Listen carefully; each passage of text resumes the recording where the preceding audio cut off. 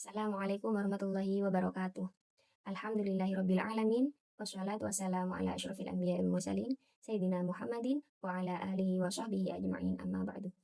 Yang kami muliakan pengasuh Pondok Pesantren Zainul Hasan Genggong Al-Mukarram Kiai Haji Muhammad Hasan Mutawakil Allah SHMN, yang kami hormati dosen pembimbing 1 Bapak Dr. Ahmad Muzaki MH, yang kami hormati dosen pembimbing 2 Bapak Salah Salahuddin MPD, dan tak lupa pula untuk kedua orang tua saya yang amat saya cinta sayangi.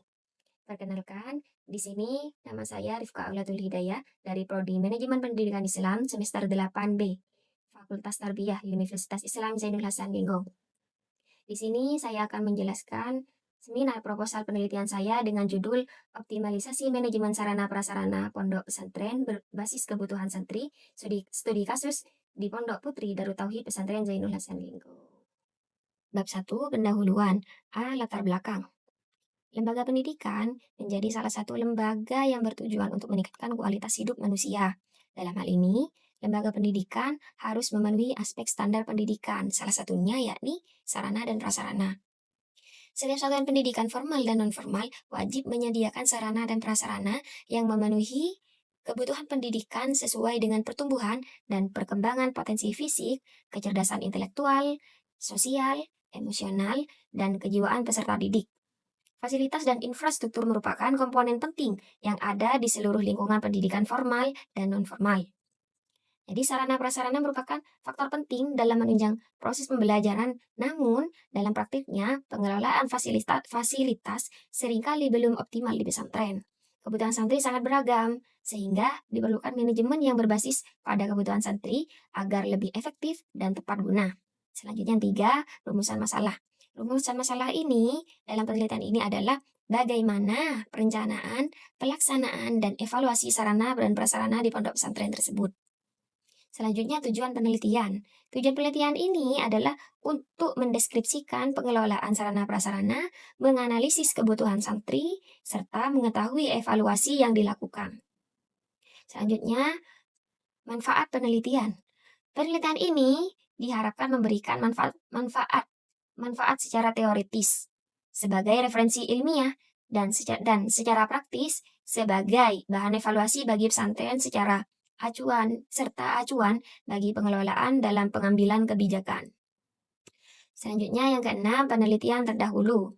Penelitian terdahulu ini umumnya membahas manajemen sarana prasarana, namun belum secara spesifik berbasis kebutuhan santri. Oleh karena itu, penelitian ini memiliki kebaruan pada aspek tersebut.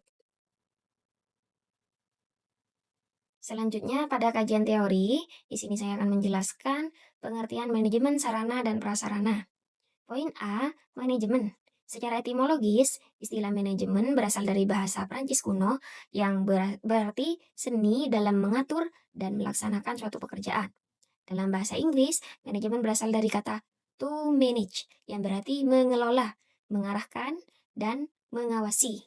Secara umum, manajemen dapat diartikan sebagai proses mengelola berbagai sumber daya dalam bekerja sama dengan orang lain melalui langkah-langkah tertentu untuk mencapai tujuan organisasi secara efektif dan efisien. Terdapat 4 fungsi utama dalam manajemen yang dikenal dengan konsep POACH, yakni planning, organizing, actuating, dan controlling. Yang pertama yakni planning, perencanaan.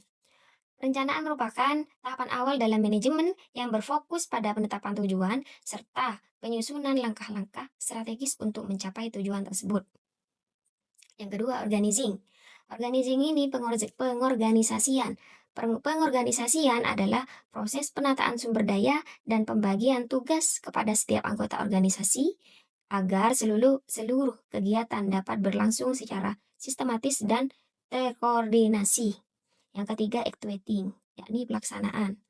Pelaksanaan merupakan proses menggerakkan, membimbing, dan mengarahkan anggota organisasi supaya mampu melaksanakan tugas sesuai dengan rencana yang telah ditentukan. Selanjutnya 4, controlling, yakni pengawasan. Pengawasan adalah kegiatan mengontrol, mengawasi, dan memastikan bahwa pelaksanaan pekerjaan berjalan sesuai dengan rencana serta tujuan yang telah ditetapkan sebelumnya. Selanjutnya, B. Sarana. Sedangkan pengertian sarana di sini, menurut Kamus Besar Bahasa Indonesia adalah sesuatu yang digunakan sebagai alat untuk mencapai tujuan. Sarana pendidikan adalah segala bentuk peralatan dan perlengkapan yang digunakan secara langsung dalam pelaksanaan proses pendidikan di lembaga. Beberapa contoh sarana pendidikan antara lain seperti gedung sekolah, ruang kelas, meja, kursi, dan lain-lainnya. Selanjutnya, prasarana. Prasarana pendidikan adalah berbagai komponen yang secara tidak langsung mendukung berlangsungnya proses belajar mengajar di suatu lembaga pendidikan. Contohnya, prasarana pendidikan ini meliputi jalan menuju sekolah, halaman sekolah, serta tata tertib yang berlaku di lingkungan sekolah. Selanjutnya, pengertian pondok pesantren. Pada mulanya, pesantren dikenal sebagai salah satu lembaga pendidikan yang berkembang luas di wilayah Jawa. Istilah pesantren berasal dari kata santri yang kemudian mendapatkan imbuhan di bagian awal kata tersebut. Kata santri diduga dari bahasa Tamil yang memiliki makna sebagai guru yang mengajarkan mengaji. Dengan demikian, pesantren dapat dipahami sebagai lembaga pendidikan Islam yang memiliki kekhasan tersendiri, yaitu sebagai tempat untuk mempelajari, menghayati, serta mengamalkan ajaran Islam dalam kehidupan sehari-hari.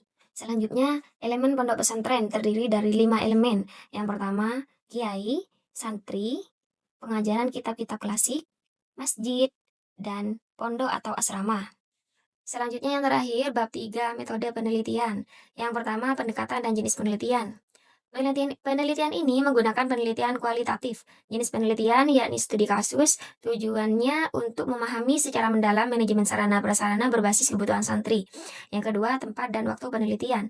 Penelitian di sini lokasinya Pondok Putri Darut Tauhid Zainul Hasan Genggong, Probolinggo. Waktu penelitian dilakukan dalam periode tertentu, yakni sesuai dengan jadwal penelitian. Selanjutnya sumber data. Sumber data di sini ada dua, data primer, data sekunder. Data primer yakni terdiri dari pengasuh pondok, pengelola sarana prasarana pondok, serta santri. Yang kedua, data sekunder. Data sekunder di sini meliputi dokumen, arsip, dan data pendukung lainnya. Selanjutnya, teknik pengumpulan data. Teknik pengumpulan data di sini meliputi observasi, ya, yang kedua wawancara, yang ketiga dokumentasi.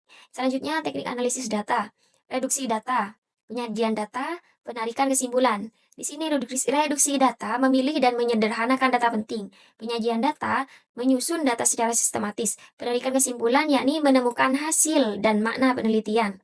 Selanjutnya yang terakhir, teknik keabsahan data menggunakan triangulasi yaitu pertama, triangulasi sumber, yang kedua, triangulasi teknik. Tujuannya untuk memastikan data valid dan terpercaya. Mungkin itu saja yang dapat kami sampaikan, kurang lebihnya mohon maaf. Saya akhiri, Assalamualaikum warahmatullahi wabarakatuh.